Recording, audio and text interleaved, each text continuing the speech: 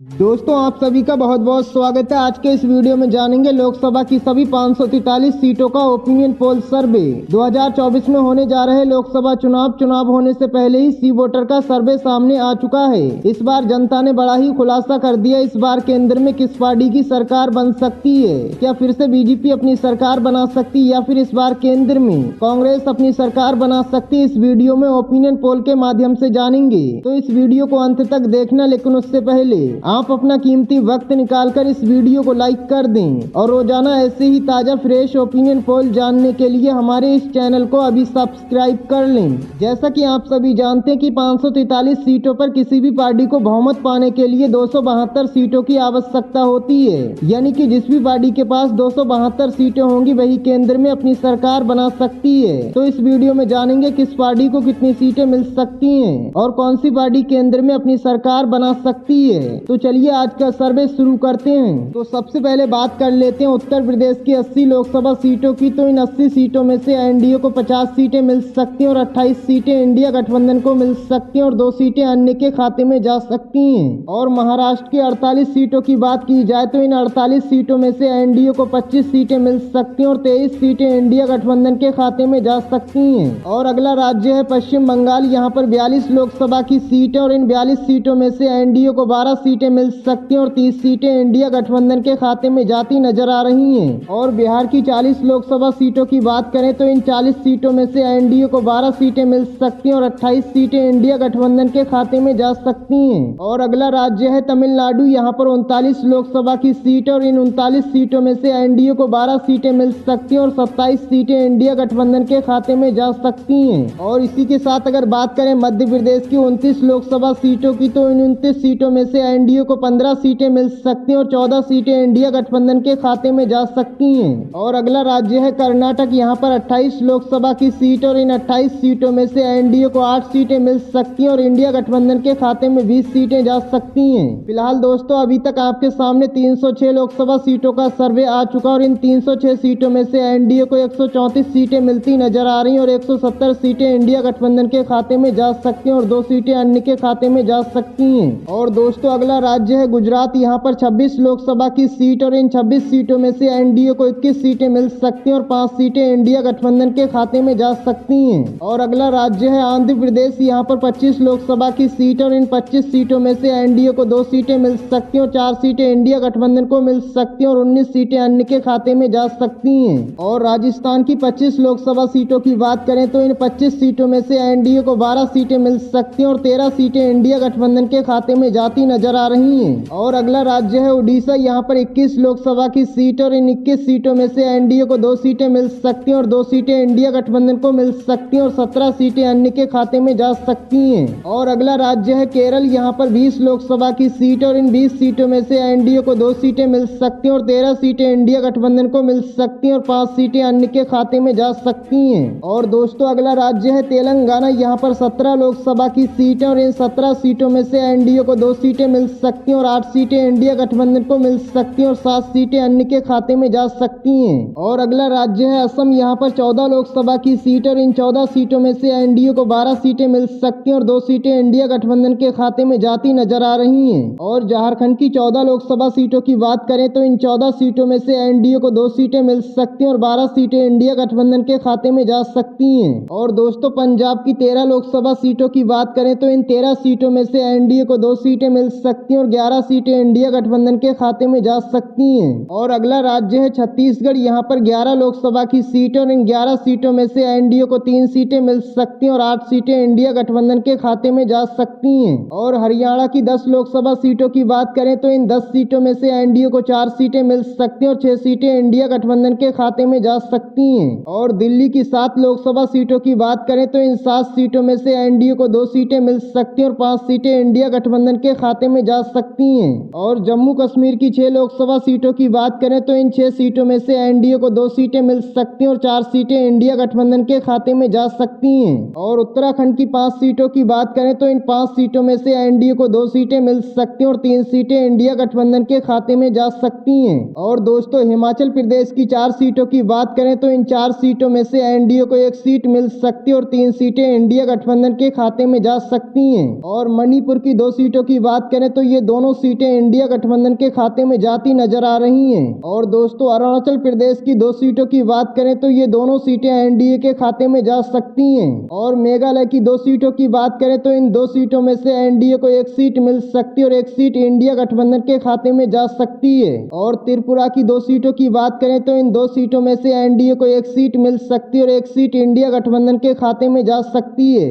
और वही गोवा की 2 सीटों की बात करें तो ये दोनों सीटें इस बार इंडिया गठबंधन के खाते में जा सकती हैं। और मिजोरम की 1 सीट की बात करें तो ये 1 सीट एनडीए के खाते में जा सकती है। और नागालैंड की 1 सीट की बात करें तो ये 1 सीट इंडिया गठबंधन के खाते में जा सकती है। और वही सिक्किम की 1 सीट की बात करें तो ये 1 सीट इंडिया गठबंधन के खाते में जा सकती है। और दोस्तों केंद्र शासित प्रदेश की 6 सीटों की बात करें तो इन 6 सीटों में से एनडीए को 3 सीटें मिल सकती हैं और 3 सीटें इंडिया गठबंधन के खाते में जा सकती हैं। तो दोस्तों ये रहा लोकसभा की सभी 543 सीटों का ओपिनियन पोल सर्वे। दोस्तों इस सर्वे के मुताबिक यहाँ पर एनडीए को 213 सीटें मिलती नजर आ रही हैं और इंडिया गठबंधन को 280 सीटें मिल सकती हैं और 50 सीटें अन्य के खाते में जा सकती हैं। और यहाँ पर 543 सीटों में से किसी भी पार्टी को बहुमत पाने के लिए 272 सीटों की आवश्यकता होती है, यानी कि जिस भी पार्टी के पास 272 सीटें होंगी वही केंद्र में अपनी सरकार बना सकती है। फिलहाल दोस्तों आपको क्या लगता है इस बार केंद्र में किस पार्टी की सरकार बन सकती है? आप अपनी राय हमें कमेंट बॉक्स में जरूर दें।